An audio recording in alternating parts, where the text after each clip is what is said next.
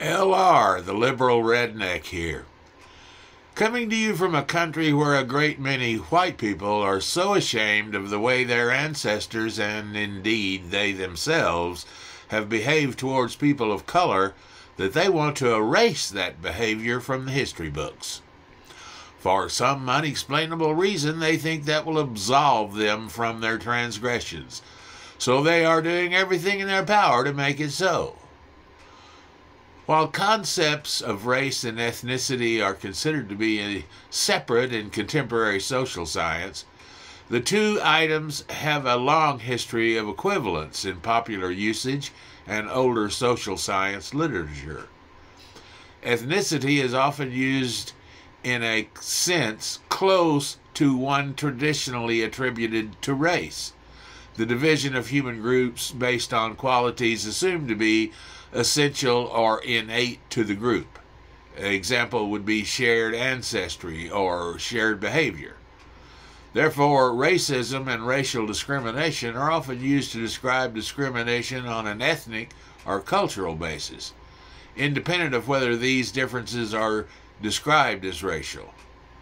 According to a United Nations Convention on Racial Discrimination, there is no distinction between the terms racial and ethnic discrimination. The UN Convention further concludes that superiority based on racial differentiation is scientifically false, morally condemnable, socially unjust, and dangerous. The convention also declared there is no justification for racial discrimination anywhere, in theory or in practice. The practitioners of racial and ethnic discrimination are so terrified of their actions being exposed, they have resorted to a litany of despicable actions to stop it.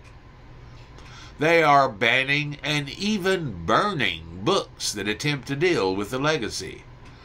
They have confiscated some schools' boards of education and have fired progressive educators who realize the necessity of exposing this factual history. They have established bounties on teachers who try to tell their students, the real story of our nation. They want us to forget about slavery, the genocide of Native Americans, and the Ku Klux Klan. They want a history without the Trail of Tears, lynchings, and the enslavement of millions. They want the names Emmett Till, Rosa Parks, Ruby Bridges, Martin Luther King, Rodney King, and Tulsa removed from their version of our history. They want to cancel Black History Month because it makes whites feel ashamed and shows the Republican Party as having bad values. Whites should feel ashamed. Republicans do have bad values.